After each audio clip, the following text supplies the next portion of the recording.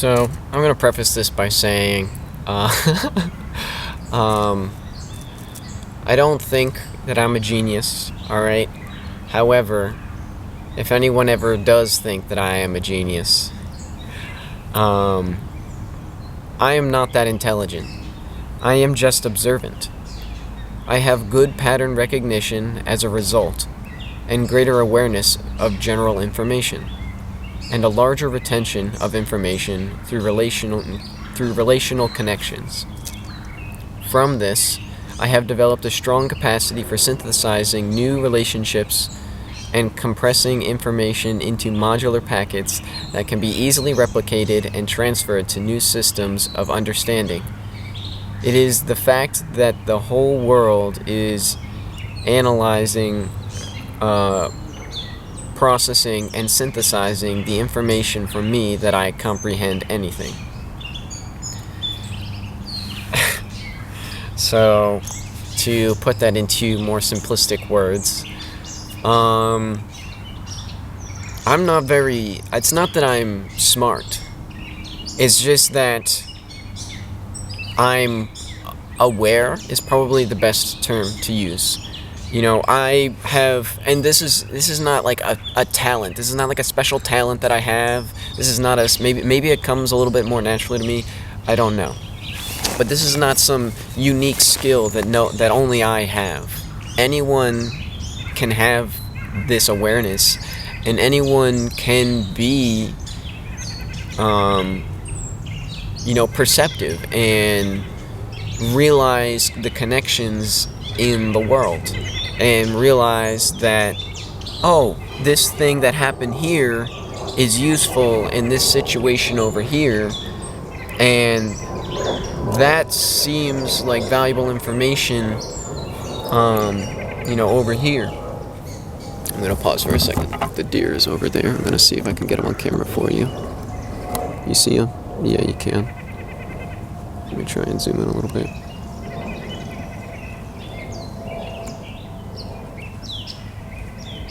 You can't see him now. Oh well.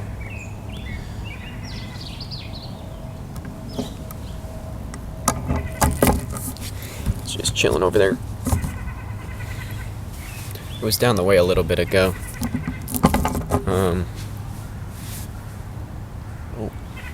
It's about to be rain shining. Let's see if I can. Hey. Try not to scare him.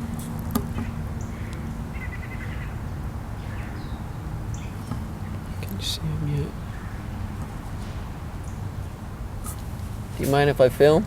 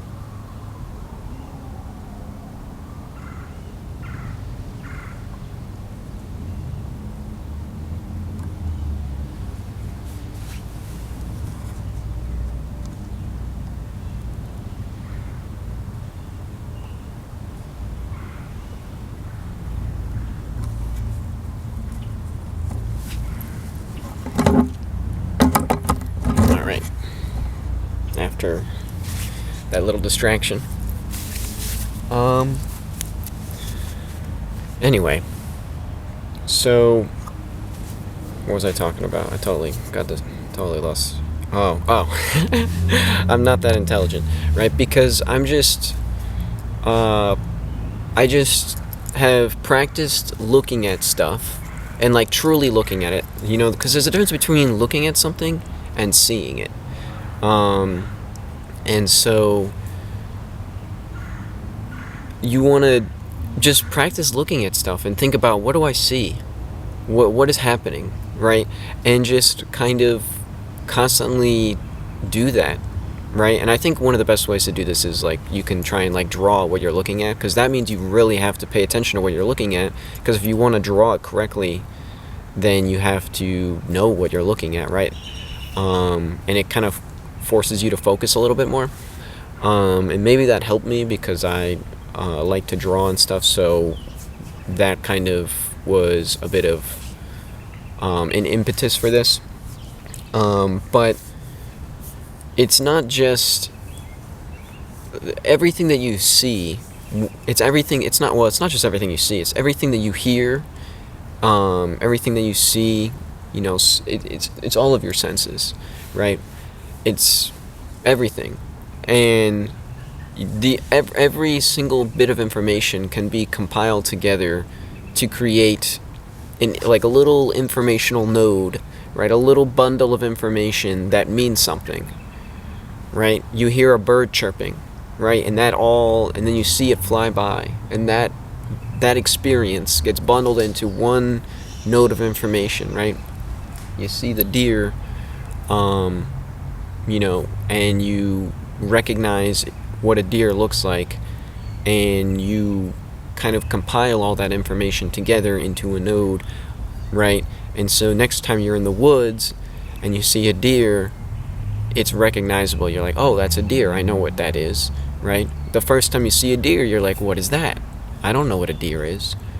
But then you see a deer, and now you know what a deer is. So the next time you see a deer, you're like, oh, that's a deer, right? And so it's this like constant building of information, right? So the next time, then you see another animal, right? And if you think about, oh, what did the deer sound like? And that may sound silly because, the deer's not really making a lot of noise over there, right? All you hear is, but that in itself is important information. Well, I don't hear a lot of noise, right? So when you're out in the woods, if you listen and you hear movement in the leaves, it's probably a squirrel, because the squirrels are a lot louder. They're not as quiet when they walk around, whereas deer are a lot more quiet. So if you hear a lot of shuffling, it's usually not going to be a deer. And it's also just like it's not just the noise, but it's the pattern of the noise. So like a squirrel usually does like a hop kind of thing, so it'll be like a psh, psh, psh kind of thing. And if you pay attention to and you catalog that information, you can relate it all back to a squirrel. And so when you hear that noise, you don't have to see the squirrel, but you know that's a squirrel, right? And then if you hear a noise that doesn't really sound like a squirrel, you'll know, well, that's not a squirrel, that's something else. Well, what is that, right? And so this is all important information, because you can use this, right? You can use this pattern recognition, this cataloging of information, right? And you've done it now so you can find the proper identification for an animal, right? And this is useful for identifying animals when you're out there, but it's also good for identifying threats. This isn't a sound I've heard before. I know the sounds of a lot of animals. The fact that I don't know what's happening here, I don't know what that looks like, I don't know what that is, that's something I should avoid. This is something I need to pay attention to, right? This could be a potential threat. That's beneficial information. But you can now take this process of observation and cataloging of information and building of information, and you can apply that same tactic, that same principle, to observing people and how people behave and how people react, and also observing the mechanics of water flow. You look at water and how does it sound when it's moving quickly? How does it sound when it's moving slowly? What does it look like when it moves slowly? What does it look like when it moves fast? And all these different things, you can observe it, and as you see these things, when you then see something that behaves in a similar way, you can make connections and be like, well, this isn't water, but it flows very similarly. And so you can kind of predict, because it flows similarly to water, you can predict the behavior that this fluid is going to have, because you know what other fluids behave like, right? And so it's this building of connections and relations. It's a slow process, but at least to start out, right? But it is an exponential increase. You go from not really understanding the world, right? When we're kids, we're babies, we don't really understand anything. But if you really think about the knowledge gap between a baby and an adult, it's insane. The amount of information the average adult knows, whether it's useful or not, is incredible. There is an insane amount of information out there that just everyone knows, right? And we take it as this trivial information. But the amount of time it takes to fully gather all of that is really interesting. And we've helped kind of increase the compiling effect by having teachers and, reporting our findings and providing this information to younger generations, so that the next generation learns more and more and more, and we have more and more and more information to synthesize and grow off of. And so that's what I said. I'm really not that smart. The reality is that if the information wasn't out there already for me to find and use, then I wouldn't know anything, right? And it's because we have spent so much time building this catalog of information and this database of data points, basically, that I can go through and easily find connections and make them, right? And so whether or not I'm right, is still to be discovered, because someone has to discover me first, right? But we're waiting to see if that happens. And I'm not going to force it, because I don't really see the point. And so we'll find out if I'm a lunatic, or I'm making genuine connections here, genuine relations that are true, and I pretty much just have my own kind of confirmation bias at this point. I feel correct, and that's that's the most proof that I have. But I just wanted to kind of put this out there, because it's what I've noticed. Because there was this one thing that happened that I thought was like an eye-opening encounter to me, and I don't know if maybe I'm exaggerating how how this went down. But I was walking with my family. We were on kind of like a hike, and we went to go check out like this canyon thing, and we're walking down this trail, and on the way back I was like, this is where all the water runs, if it rains. We're in a riverbed right now. And my mom was like,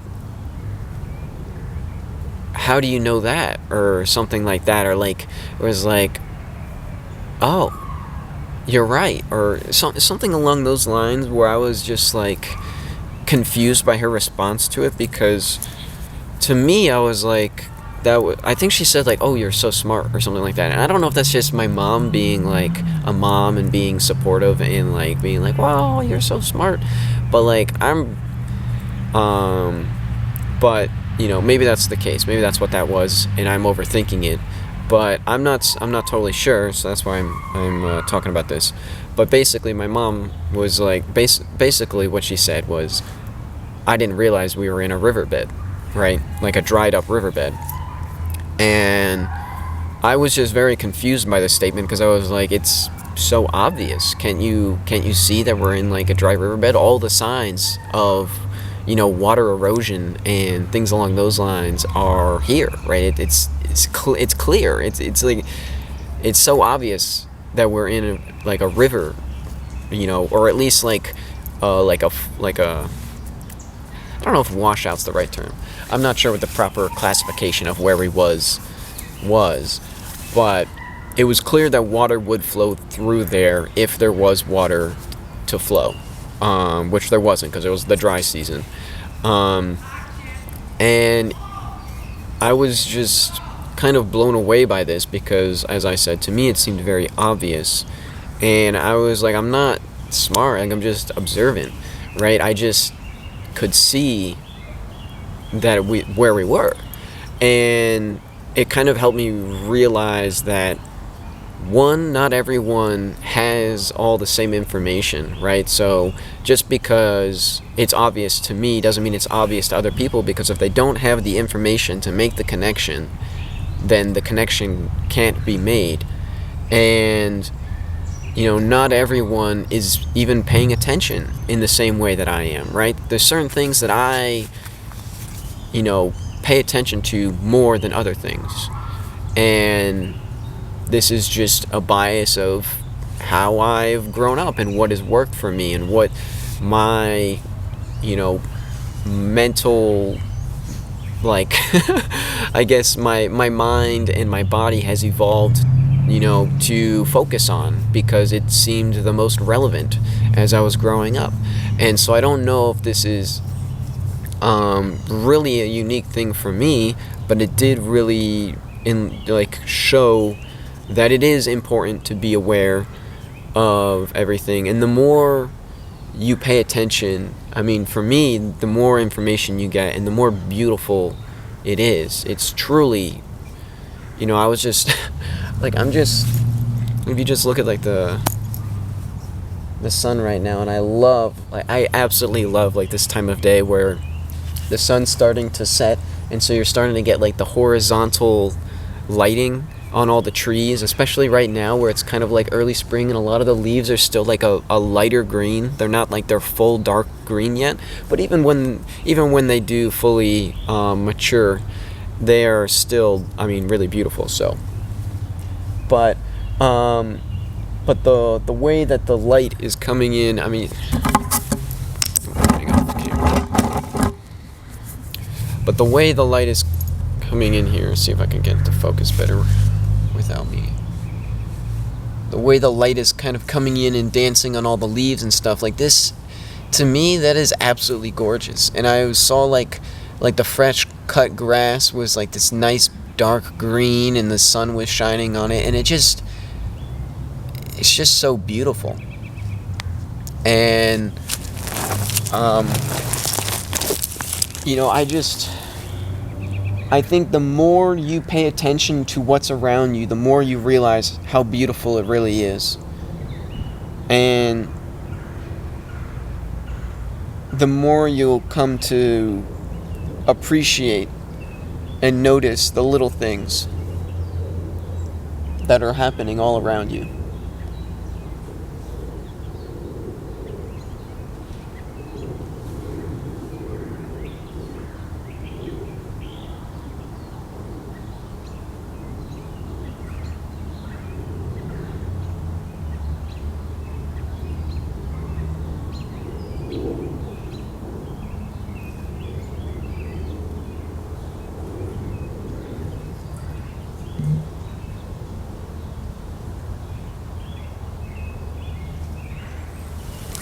So we kind of had two distractions in this one video, I realized, but I think it was worth the digression.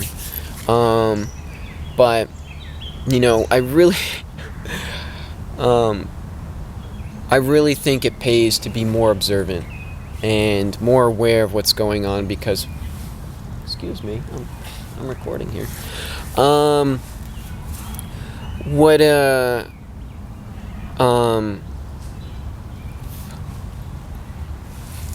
Leave my face. What happens is that, why are you trying to get in my eye?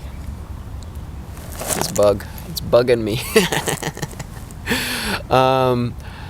But it's not just what you see, because the more you are observant in what you hear and what you see, the more that thought process and that, you know, concept can be utilized in more abstract thinking. So things like mathematics and science and philosophy and all these different things. Think about like telling stories and writing anything, right? Creating anything. It's going to become easier, right? And the more that you do it, the easier and faster it will be for you, and the more enjoyable it will be for you, because it goes from being this hard, laborious task to generate a concept to something that just appears in your mind. You don't have to struggle for ideas. The ideas just come naturally. And it's not something you have to grind every day and try and constantly focus on. All you need to do is just, basically practice, mindfulness. And you don't have to be trying to be mindful all day long, but just take a moment here or there and just pause for a second. And just look at what's around you and listen. And if you do that once a day, twice a day, as many times as you want, it's not a requirement. You don't have to do this. You don't have to do it every day. It's not like, oh, make sure you get your quota in. But every time you think about it, do it. Take a pause for a second. Take 10 seconds. And just look.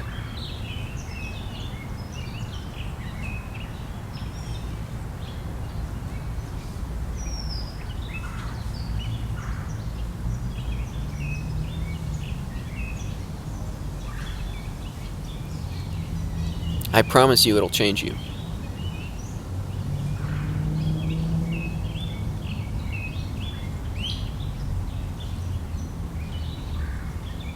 Alright. Peace out.